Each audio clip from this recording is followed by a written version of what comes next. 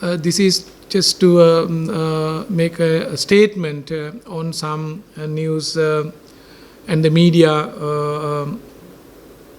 item just spread, especially in social media and the other video, audio media.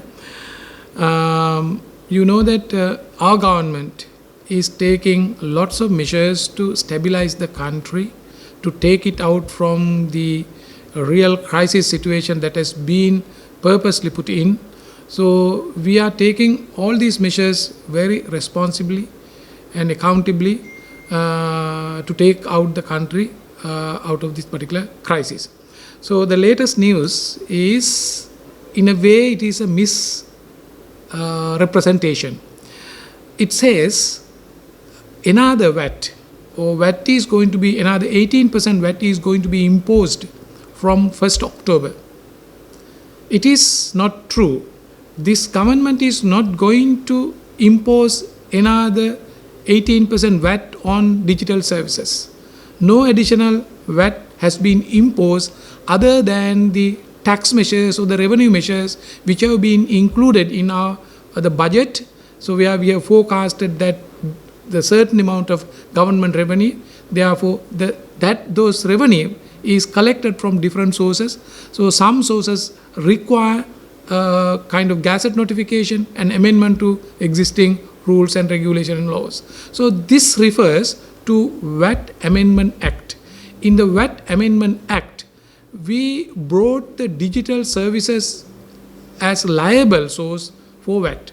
For example, digital services such as transportation, no matter who provides it, local company or foreign company. Good example is maybe local company like PickMe and the foreign company like Uber. Both are providing transportation by using digital platforms. So therefore, they are providing a digital service. So this digital service is now liable to VAT. Whoever who uses this digital transportation is liable to pay VAT. So that was really brought under a law with effect from 1st April in line with the budget.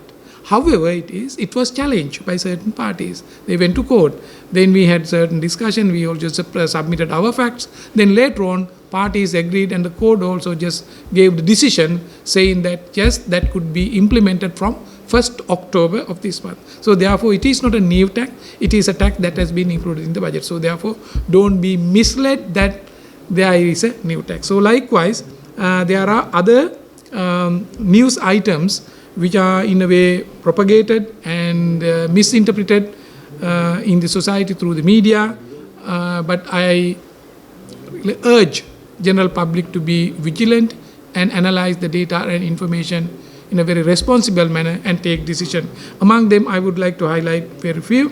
One is about the release of 323 containers. So initially what happened was there were allegations that the politicians, even the president, involved in releasing this thing. These containers contain dangerous goods, arms, and so these kind of things. And these items were imported by companies known to us. So it is totally a lie. And because of this allegation, His Excellency the President appointed a special committee to investigate what has happened. That committee has given a report. That report has been officially handed over only to the President. It is not made public yet. So, however, that report has gone to public, so therefore, we also know certain information given in that particular report.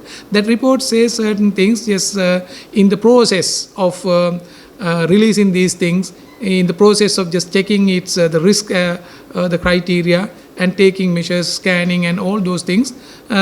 Some of the things are required to be further investigated, and it has been recommended to go for forensic audit even, so that the President is the one who appointed this particular committee. So therefore, President would certainly take and direct the people and officials to take the next course of action. We will wait and see. And there is nothing to be hidden, since our government did not involve in any the bad practices. The other thing is about the vehicle importation. Some of around 300 vehicles is said to be stranded in the custom, under the custody of custom. The news says, so it's kind of inefficiency, and it really makes inconvenient importers. In fact, these said motor vehicles are subject to certain violation of import regulations. Now investigations are going on. What regulation, in what ways the regulations have been breached, and what course of action should be taken by the authorities. That would be publicized maybe this week or so. The other news is about US tariff. It is a well-known fact that the United States of America imposed this the common tariff against all the countries around the world based on import-export difference, that is the trade balance.